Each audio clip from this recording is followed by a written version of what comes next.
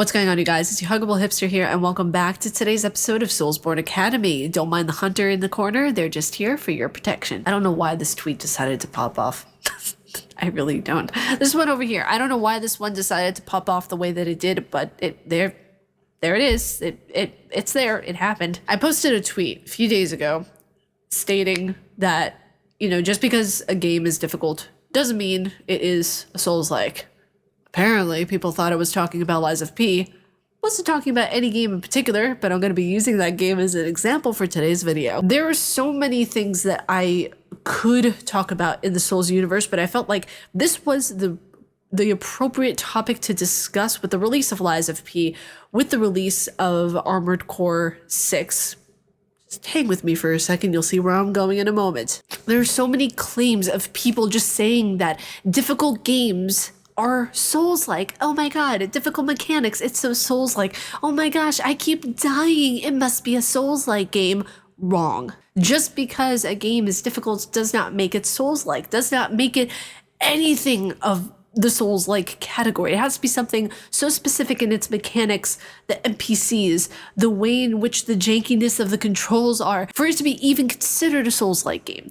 Lies of P is the only title that has come out that I would even consider a true Souls-like. A lot of people said that, oh, Ender Lilies, Cuphead, Armored Core 6, they're difficult games, but in no way, shape, or form are they Souls-like. We have Elden Ring, we have Dark Souls 1, 2, and 3 in the respective DLCs, we have Bloodborne.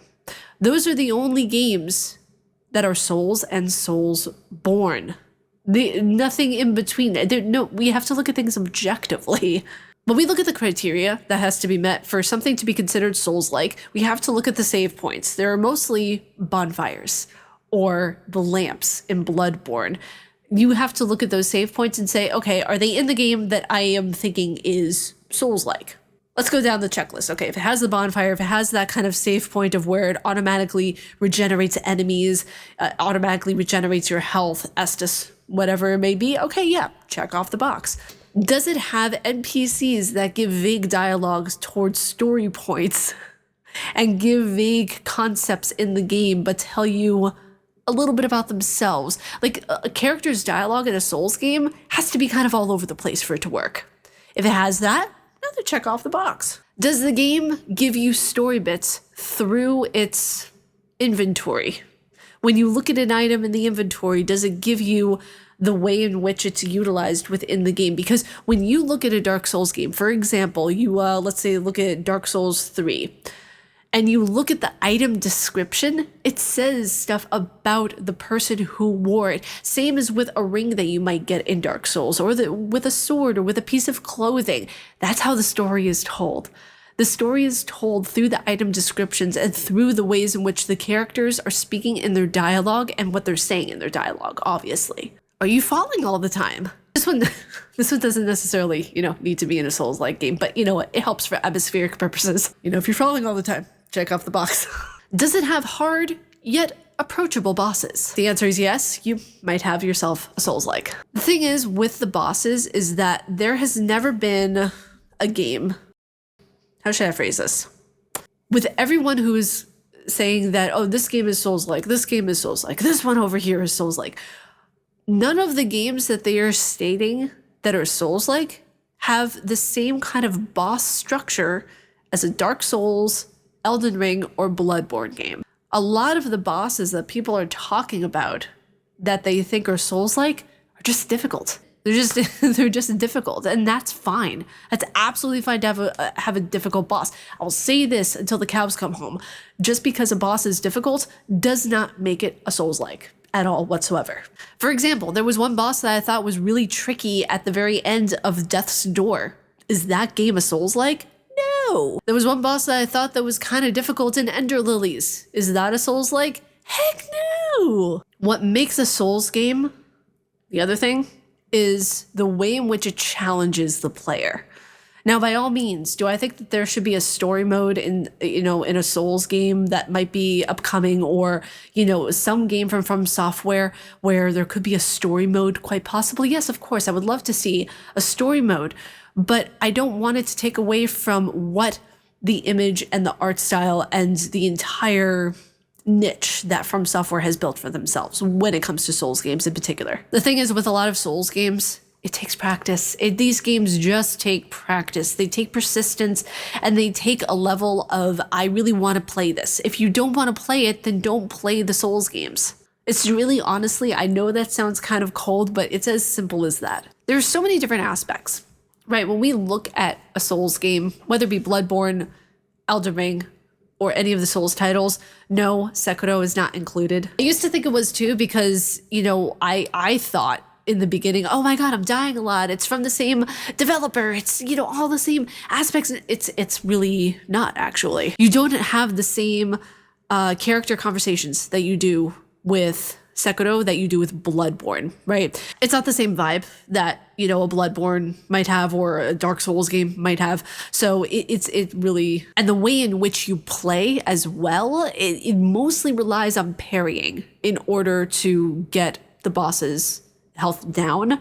And you need to be able to get the boss in such a unique, skill-driven way. Whenever it comes to Bloodborne or when it comes to any of the Souls games, it's a really choose your fighter type moment, right? You can be a mage, you can do anything you really want.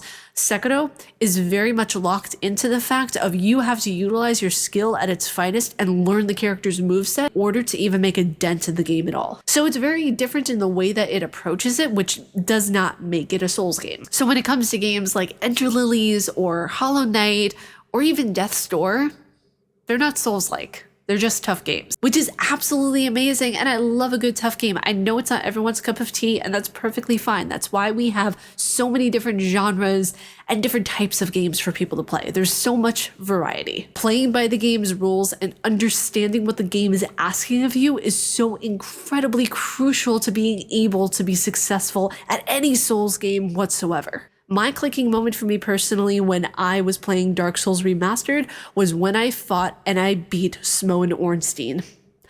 I will forever be grateful for what that game taught me. And you know what? I completely forgot to add this one in. Demon Souls. Demon Souls was before Dark Souls, and it is probably one of the best Souls games ever created.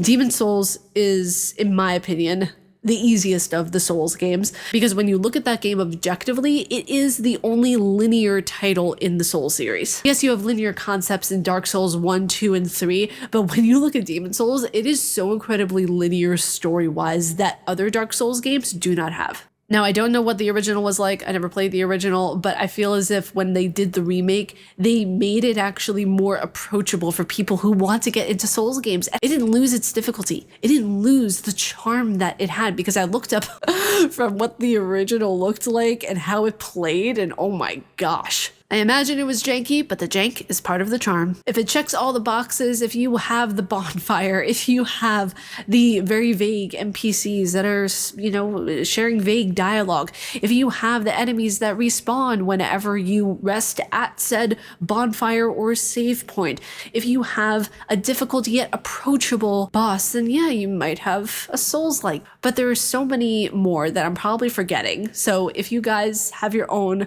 Souls-like checklist that you've seen from when you've played Bloodborne or Elden Ring or Demon Souls, let me know down in the comments below, because I would love to hear them. And by no means is this an objective checklist or anything like that. This is just what makes a Souls game or a Souls-like game for me. It has to have these things for me to even consider it. It has to pay respects to what Souls games actually are. And that's just such a major one for me. But you guys, that's it for today's video. If you all like my face and what I do, please be sure to subscribe and hit that bell down below. I make videos every day here on YouTube. May you find your worth in the waking world, your hunter. Stay casually nerdy, and I will see you all in the next video. Umbasa.